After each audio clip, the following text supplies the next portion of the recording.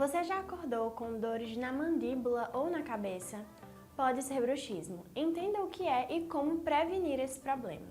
O bruxismo é o ato involuntário de ranger ou apertar os dentes, geralmente durante o sono.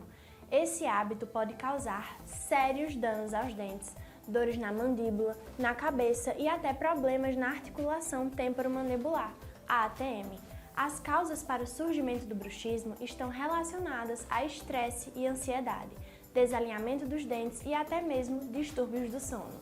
Algumas dicas para evitar o bruxismo são, principalmente, visitar o seu dentista para receber o melhor tratamento, que pode ser o uso do protetor bucal. Durante a noite, um protetor pode evitar o desgaste dos dentes e reduzir as dores.